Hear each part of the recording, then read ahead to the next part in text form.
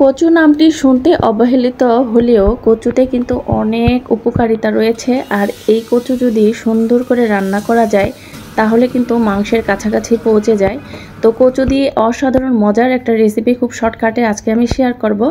এখানে কচুটা কেটে এইরকম চাকচাক করে কেটে নিয়েছি।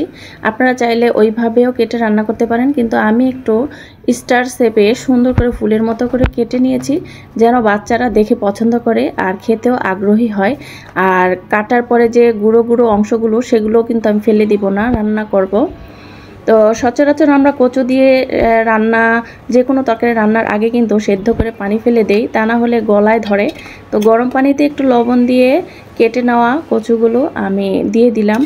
এখন বলক আসা অবধি অপেক্ষা করব ঢাকনা দিয়ে ঢেকে, কারণ কচুর যে এক্সট্রা কষ আছে যেটা গলা চুলকায় বা গলায় ধরে, সেটা কিন্তু একটু সেদ্ধ করে পানি ফেলে দিলে আর গলায় ধরে না। তো যখন বলক উঠেছে তো আমি সাথে সাথেই একটা ছাকনায় ছেঁকে ছেঁকে তুলে নিচ্ছি। এটা কিন্তু খুব বেশি সিদ্ধ করা যাবে না, তাহলে আবার গলে যাবে। তো এখন আমি গরম অবস্থাতেই একটা পাত্রে নিয়ে হলুদের গুঁড়া আর লবণ দিয়ে ভালো করে মেখে নিব। মাছ ভাজার আগে যে মাছটা যেভাবে হলুদ লবণ দিয়ে মাখতে হয় সেইভাবে মেখে নিলাম। তো এখন চলে এসেছি চুলায়, কড়াইয়ে তেল দিয়ে দিলাম। আর এখন আমার এই কেটে নেওয়া হলুদ লবণ মাখা কচুগুলো মাছের মতো করে আমি ভেজে নিব।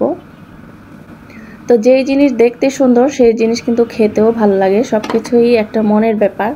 তো আর আমার উদ্দেশ্য ছিল, যেহেতু রেসিপিটা শেয়ার করব, একটু সুন্দরভাবেই আপনাদের সামনে উপস্থাপন করি।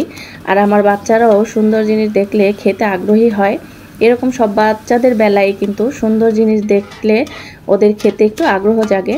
তো আমি কিন্তু মাছের মতো করে এপিট ওপিট ঘুরিয়ে ভালো করে ভেজে নিলাম। তো কচু কিন্তু ময়মনসিংহ এলাকাতে ভেজেও, শুধু ভেজেও কিন্তু ভাতের সাথে খায়, কিন্তু আমরা কখনো খাইনি। তো সবগুলো কচু এইভাবে আমি এপিট এপিট করে ভেজে নিব। আর যে গুঁড়ো কচুগুলো সেগুলোও ভেজে নিলাম। কচু কিন্তু যেমন ইচ্ছে তেমন শেপ দিয়ে কেটে রান্না করা যায়, যেটা যার যার একান্তই ইচ্ছা।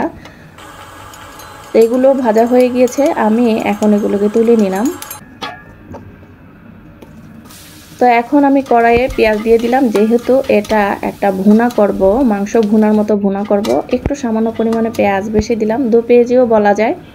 তো পেঁয়াজটা যখন ভাজা হয়েছে তখন আদা রসুনের পেস্ট দিয়ে একটু ভাজা ভাজা করে ভেজে নিব। এরপর একে একে দিয়ে দিলাম ধনিয়া গুঁড়া, হলুদ গুঁড়া, লাল মরিচের গুঁড়া, আবার একটু নেড়েচেড়ে আদা রসুনের সাথে আমি ভাজা ভাজা করে ভেজে নিচ্ছি। আর যে কোনো তরকারির মশলা তো একটু ভালো করে কষিয়ে নিলে সেটা খেতে ভালো লাগে। তো গরম মশলা, দারচিনি, এলাচ দিয়ে দিলাম, যেন একটা মাংসের ফ্লেভার আসে। আপনারা চাইলে গরম মশলা, দারচিনি, এলাচ ছাড়াও রান্না করতে পারেন, ধনিয়া পাতাও দিতে পারেন, তাতেও অসাধারণ টেস্ট হয়। তো এখন মশলাটা আবার একটু পানি দিয়ে ভালো করে ভাজা ভাজা করে কষিয়ে নিব।